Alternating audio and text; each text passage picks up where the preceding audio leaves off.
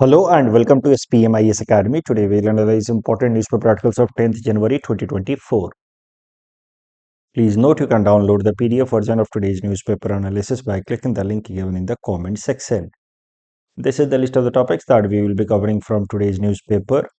First article is about Pravasi Bharatiya Divas. This topic is important from our syllabus GS paper 2. International relations point of view इसमें से भी जो सब topic है Indian diaspora perspective से this topic is going to be important. देखिए, प्रवासी भारतीय दिवस हर साल हमारे देश में 9 जनवरी को सेलिब्रेट किया जाता है और ये दिन हमारे लिए खास है क्योंकि इसी दिन महात्मा गांधी साउथ अफ्रीका से वापस लौट करके आए थे। तो ये एक फ्लैगशिप इवेंट है, मतलब सरकार इस इवेंट को ऑर्गेनाइज करती है और सरकार की तरफ से ministry of external affairs manages the overall प्रवासी भारतीय दिवस सेलिब्रेशन। 2003 से प्रवासी भारतीय दिवस सेलिब्रेट किया जा रहा है हमारे देश में। It was an annual event earlier, पहले हर साल मनाया जाता था, फिर 2015 से सरकार ने इसमें कुछ बदलाव किए और हर 2 साल में एक बार प्रवासी भारतीय दिवस अब सेलिब्रेट किया जाता है। तो 15, 17, 19, 21, 23 और अब 25 में होगा सेलिब्रेशन। तो 9 जनवरी प्रवासी भारतीय दिवस है जरूर, लेकिन ऑल्टरनेट ईयर हमारे देश में मनाया जाता है। तो 2025 में फिर से आप देखेंगे कि किसी फॉरेन डिग्निटरी को इनवाइट किया जाएगा और ग्रैंड लेवल पे सेलिब्रेशन होगा, जैसे पिछले साल हुआ था। लास्ट ईयर प्रवासी भारतीय दिवस वाज सेलिब्रेटेड इन इंदौर। तो 2025 में फिर इस तरीके से ग्रैंड लेवल पे सेलिब्रेट होगा। 24 में प्रवासी भारतीय दिवस ऐसे ग्रैंड लेवल पे सेलिब्रेट नहीं हो रहा है, not a flagship event this year. जैसा कि मैंने आपको बताया, the significance of 9th January, on this day only in 1915 Mahatma Gandhi is considered to be the greatest pravasi, the greatest Indian diaspora. प्रवासी कौन होते हैं? जो भारत के लोग या भारतीय मूल के लोग, इंडियन नेशनल या इंडियन ओरिजिन के लोग जो विदेशों में रहते हैं उनको कहा जाता है प्रवासी, विदेशों में रहने वाले लोग। इंडियन डायस्पोरा अंग्रेजी में कहते हैं। तो Mahatma Gandhi is considered to be the greatest प्रवासी who returned to India on this day, 9th January in 1915, and that is why this day is celebrated as Pravasi Bharatiya Divas. Indian diaspora का अगर contribution देखा जाए तो अलग अलग dimensions में देखा जा सकता है। फ्रीडम स्ट्रगल में Indian diaspora has played critical role. Mahatma Gandhi itself is the best example. Ghadarite movement from Canada and all, वहां से गदराइट मूवमेंट चलाया गया for India's independence. Soft power में Indian diaspora plays an important role. दुनिया के अलग अलग कोनों में भारत के कल्चर को प्रमोट करने में Indian diaspora important role play करता है। रेमिटेंसेस में Indian diaspora plays an important role. India is highest remittance earner. हर साल लगभग 110 बिलियन डॉलर के आसपास हम लोग रेमिटेंस अर्न करते हैं। डिप्लोमेसी में also Indian diaspora plays very important role. जैसे कि इसका सबसे बेहतरीन एग्जाम्पल है 2008 में जब India US civil nuclear deal sign होने वाली थी। उस टाइम में अमेरिका में रह रहे इंडियन डायस्पोरा के लोगों ने अमेरिका की सरकार के ऊपर लॉबिंग की, थोड़ा दबाव बनाया ताकि भारत के फेवरेबल टर्म्स में अग्रीमेंट साइन हो सके। So that could be a very good example of how diaspora plays a very important role in international diplomacy. India US civil nuclear deal, इस टॉपिक के बेसिस पे प्रीलिम्स प्रैक्टिस क्वेश्चन हमने आपको दे रखा है और ये मेंस टॉपिक्स भी, तो आप प्रैक्टिस क्वेश्चन भी इसी टॉपिक से रिलेटेड है। Indian diaspora plays a significant role in emergence of India as a global super power. तो भारत को अगर सुपर पावर बनना है तो apart from other areas, economic, military strength, Bharat को अपने डायस्पोरा का जो पावर है उसको भी लेवरेज करना होगा। ऐसा ये प्रश्न पूछ रहा है, तो आपको जस्टिफाई करना है, बेसिकली एक्सप्लेन करना है, थोड़ा बहुत डेटा दे देना है और फिर डायस्पोरा का किन किन एरियाज में सिग्निफिकेंस हो सकता है वो सब लिखना है। The next topic is about unit to determine minority status. Unit से हमारा मतलब है कि माइनॉरिटीज स्टेट लेवल पे डिसाइड होने चाहिए कि कंट्री लेवल पे डिसाइड होने चाहिए, पूरे कंट्री लेवल पे। तो हमारे देश में माइनॉरिटी डिसाइड करने का क्या यूनिट लिया जाता है, पूरा देश लिया जाता है कि स्टेट लिया जाता है, वो देखेंगे। क्या अभी तक किया जाता रहा है, सुप्रीम कोर्ट का क्या जजमेंट है इसके ऊपर, और फिर करंट केस देखेंगे। This topic is going to be important from our syllabus GS paper 2 Indian polity point of view. देखिए, माइनॉरिटी जो शब्द है वो हमारे संविधान में कई जगहों पे मेंशन है, बट डिफाइंड कहीं नहीं है। सेंट्रल गवर्नमेंट ने डिफाइन किया कि कौन कौन कम्युनिटी माइनॉरिटी कही जाएगी एज पर अ लॉ जिसका नाम है national commission for minorities act 1992। तो संविधान में माइनॉरिटीज का जिक्र है, linguistic minorities, cultural minorities, but it has not been defined. Bharat सरकार ने कानून बनाया, उस कानून की मदद से ये स्टैट्यूटरी बॉडी बनाई, नेशनल कमीशन फॉर माइनॉरिटी, और फिर उस कानून की मदद से कौन कौन सी कम्युनिटी माइनॉरिटीज कही जाएंगी उनको डिफाइन किया जाता है। तो इस कानून के अंतर्गत आता है सेक्शन 2C। उस सेक्शन के अंदर जिन जिन कम्युनिटी का नाम मेंशन्ड है उनको माइनॉरिटी का दर्जा दिया गया हमारे देश में। तो हमारे देश के अंदर मुस्लिम्स, क्रिश्चियन, सिख, बुद्धिस्ट और पारसीज माइनॉरिटीज का दर्जा पा चुके थे 1993 से ही। बहुत बाद में जाकर के 2014 में जैन कम्युनिटी को भी माइनॉरिटी का दर्जा दिया गया और उनका भी नाम मेंशन किया गया under section 2C of national commission of minority act. So now these are the 6 communities who are considered as minority in the country. तो इसमें ध्यान देने वाली बात यह है कि माइनॉरिटी जो हमारे देश में आइडेंटिफाई होता है वो कंट्री लेवल पे आइडेंटिफाई होता है। Country is considered as a unit to identify minority. अभी इसको लेकर के कुछ समस्याएं हो जाती हैं। The central government has notified 6 communities as minority at national level. अब देखिए, इस अप्रोच के कारण क्या समस्या हो जाती है। कोई एक एजुकेशन इंस्टीट्यूशन है, मान लीजिए पंजाब के अंदर सिख एजुकेशन इंस्टीट्यूशन, वो पंजाब में है जहां आसपास में सिख पॉपुलेशन मेजॉरिटी में है, yet that institution claims itself to be a minority institution.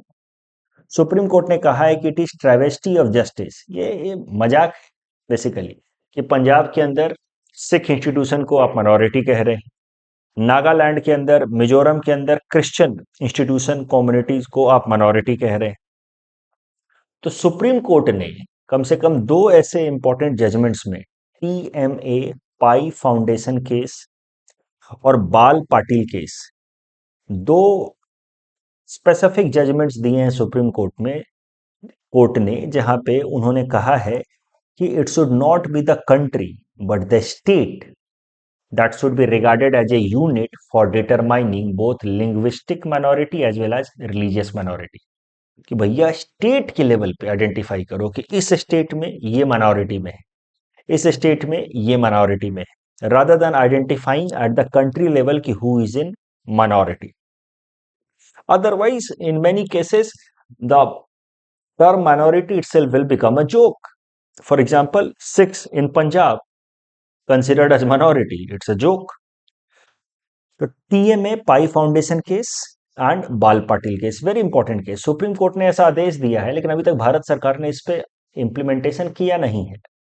Bharat सरकार के हिसाब से माइनॉरिटीज अभी भी 6 हैं and they are identified at national level. अब देखिए, आर्टिकल 30 ऑफ द कॉन्स्टिट्यूशन की अगर बात की जाए, article 30 talks about rights of minorities to establish and administer education institution. अब ये तो अधिकार मिल गया, फंडामेंटल राइट मिल गया माइनॉरिटीज को कि आप अपनी एजुकेशन इंस्टीट्यूशंस को इस्टेब्लिश कर सकते हैं और एडमिनिस्टर कर सकते हैं। बट सवाल ये उठता है कि माइनॉरिटी है कौन, हु आर द माइनॉरिटीज। अभी पंजाब के अंदर सिख भी आर्टिकल 30 के अंदर अपने एजुकेशन इंस्टीट्यूशंस को प्रोटेक्शन सीख करते हैं कि हमारा एजुकेशन इंस्टीट्यूशन भी माइनॉरिटीज के अंदर आना चाहिए under article 30। So the biggest challenge is which community will be called minority and what should be the unit to determine minority status. Supreme Court has said it should be state, but till now the central government has norms under National Commission of Minority Act which consider country on the whole as unit for determining minority. अब आते हैं current मुद्दे पे, क्यों इस पे चर्चा हो रही है? क्योंकि अलीगढ़ मुस्लिम यूनिवर्सिटी जो अलीगढ़ में है ऑफ कोर्स,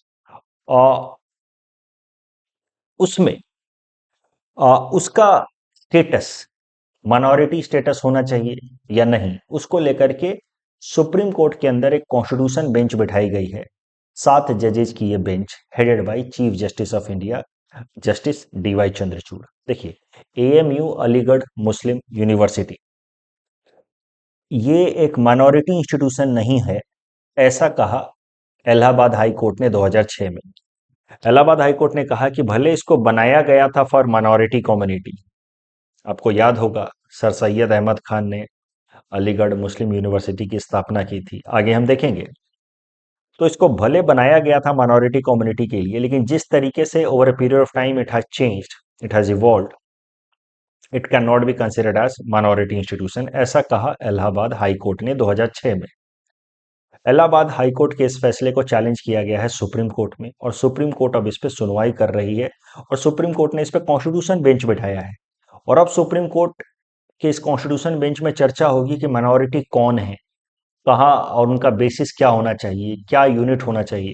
तो हो सकता है कि सुप्रीम कोर्ट अपने टीएमआई पाई फाउंडेशन केस और बाल पाटिल केस के जजमेंट को वापस से रिपीट करे, और सरकार को इस बार सख्त आदेश दे कि माइनॉरिटीज के डेफिनेशन को आप वापस से रीस्ट्रक्चर करें और उसका यूनिट आप स्टेट बनाएं।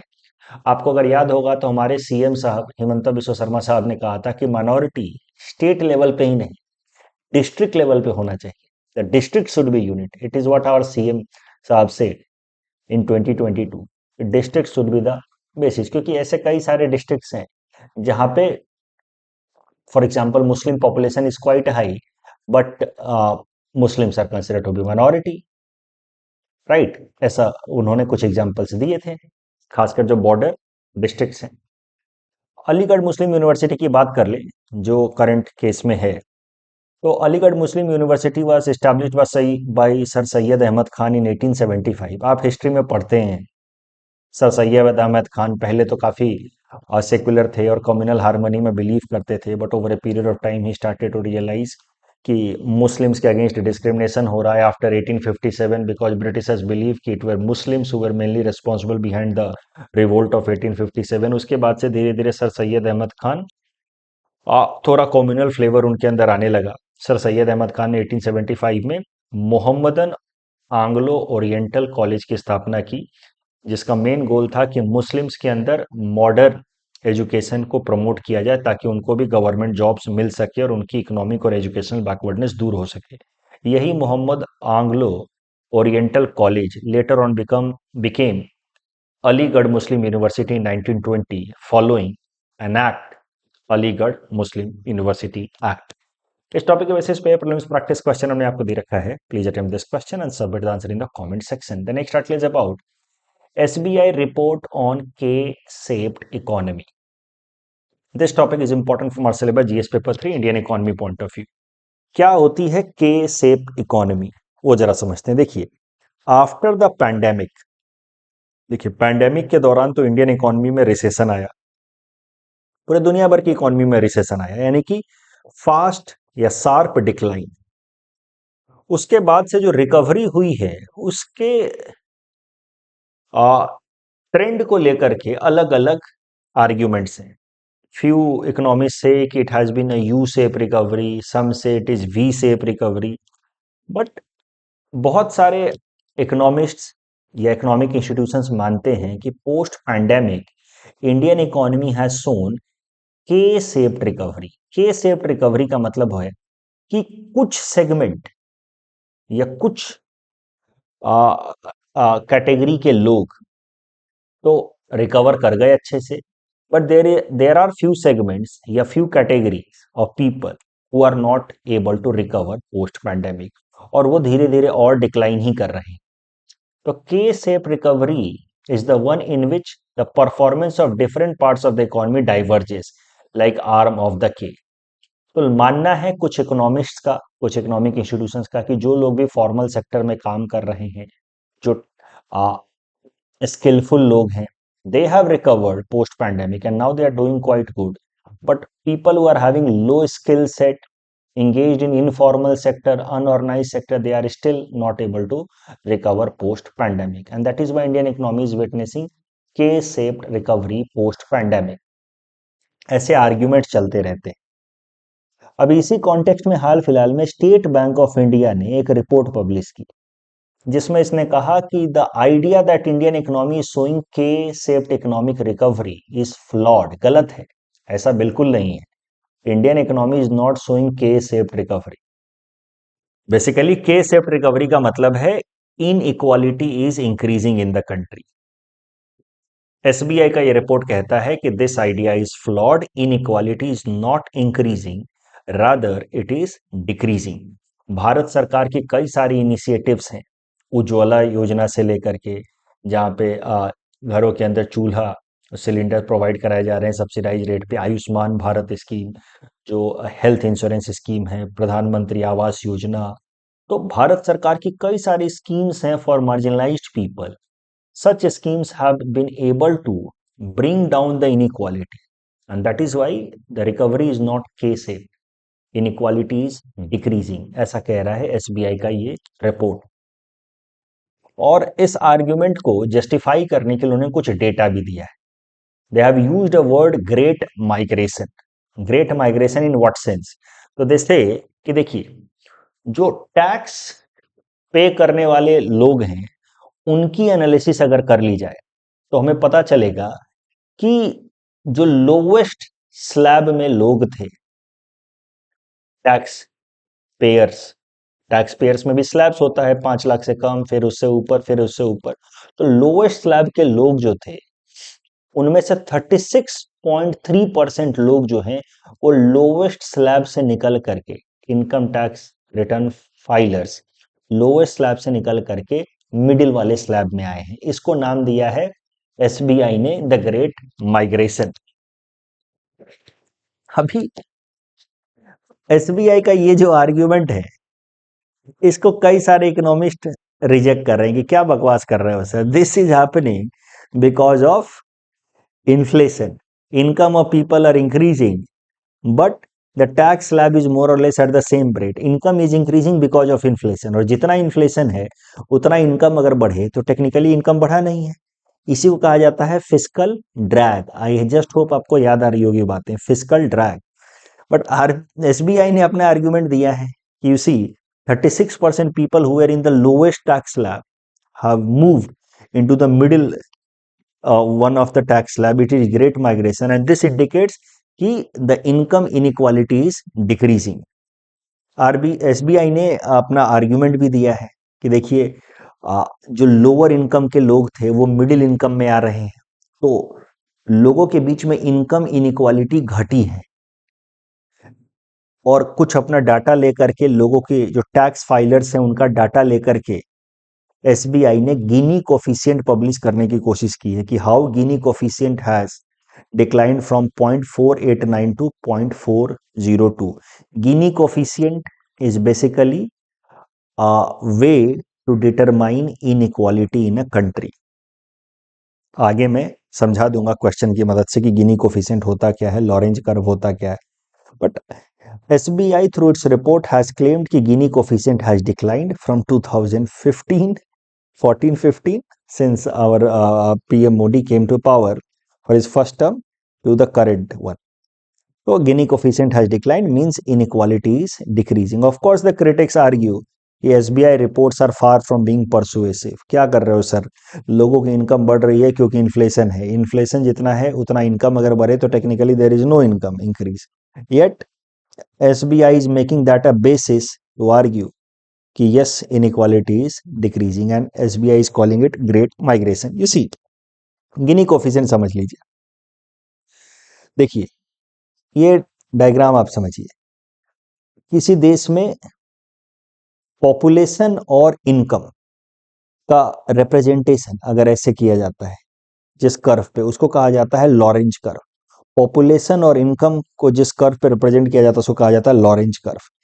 If there is complete equality, यानी कि 30% जनसंख्या के पास 30% इनकम है, 40% जनसंख्या के पास 40% इनकम है देश का, 50% जो जनसंख्या उसके पास 50% इनकम है, और 100% जनता के पास 100% इनकम है। मतलब if this is the Lorenz curve then there is perfect equality.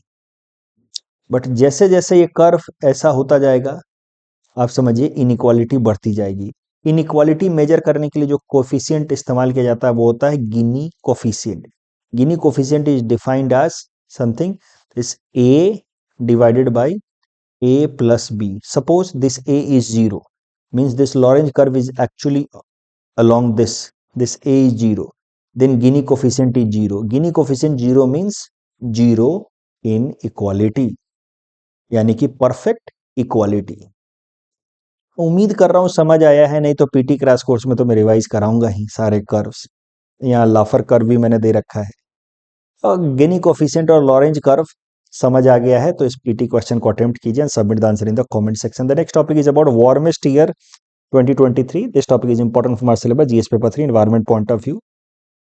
देखिए यूरोप की Copernicus climate change services C3S ने रिपोर्ट और डेटा के बेसिस पे कहा है कि साल 2023 was the warmest year since the record began in 1850।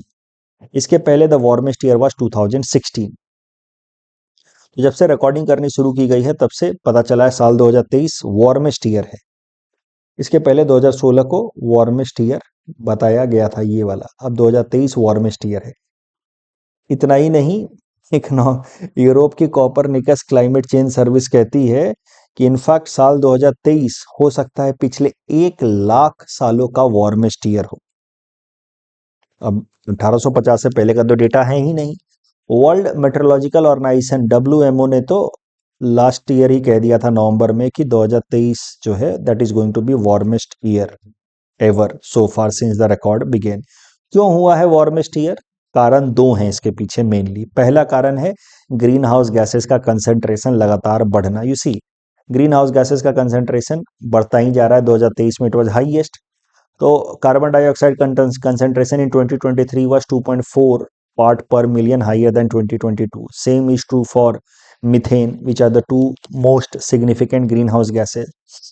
2024 में और भी ज्यादा गर्मी हो सकती है। तो साइंटिस्ट बिलीव कि 2024 could be warmer than 2023. Why?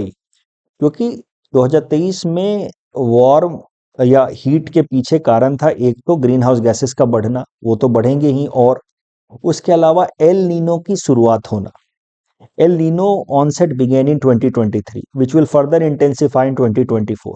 तो गर्मी और बढ़ेगी ही। तो 2024 is going to be warmer as compared to 2023। तो दो फैक्टर्स हैं, green house gases and El Nino factor. Both of them are going to further intensify this year and that is why it is expected that 2024 will break the record of 2023 and perhaps 2023 has already broken the record of last 1 lakh year। बाकी जब से record है हमारे पास 1850 से, तब से तो 2023 was the warmest. El Nino exactly क्या होता है, उसका हीट से क्या रिलेशन है, वो हम लोग न्यूज़पेपर एनालिसिस में ऑलरेडी देख चुके हैं 11 अप्रैल ऑफ 2023। और बाकी तो मृदुल सर आपको डिटेल में ज्योग्राफी की क्लास में एल नीनो पढ़ाते ही हैं। Next topic is about Mulya Pravah 2.0. This topic is important from our syllabus GS paper 5 ethics and integrity point of view. See, Mulya Pravah is a guideline released by UGC, University Grant Commission, to promote ethics in higher education. पहला version मूल्य प्रवाह का 2019 में UGC ने release किया था with a goal of promoting modesty and good health and motivating students to refrain from intoxicant, शराब वगैरह से दूर रहें और स्टूडेंट्स के बीच में हार्मनी डेवलप हो, ऐसा टारगेट के साथ यूजीसी ने मूल्य प्रवाह रिलीज किया था guidelines in 2019 to promote ethics amongst students in higher education. हाल फिलहाल में क्या हुआ है, एक ह्यूमन रिसोर्स मैनेजर्स करके सर्वे आया जहां पे ये बात सामने आई कि हायर एजुकेशन इंस्टीट्यूशंस में कई सारे अनएथिकल प्रैक्टिसेस चल रहे हैं, like favouritism, sexual harassment, gender discrimination and all. तो इसके बाद यूजीसी ने मूल्य प्रवाह 2.0 यानी कि अपग्रेडेड वर्जन ऑफ मूल्य प्रवाह रिलीज किया है, जिसमें और भी इंपॉर्टेंट वैल्यूज पे चर्चा की गई है कि how students should focus on global citizenship, trusteeship, sustainability, commitment, honesty. Mulya Pravah 2.0 has been recently released. Ethics paper में अगर मान लीजिए कभी प्रश्न आता है कि what steps are being taken in order to promote ethical standards amongst students, तो वहां पे आप मूल्य प्रवाह 2.0 का जिक्र कर सकते हैं। कल जो हमने आपको प्रैक्टिस क्वेश्चन दिया था निसार से संबंधित, पहला स्टेटमेंट करेक्ट है, बाकी दोनों तीसरे गलत हैं।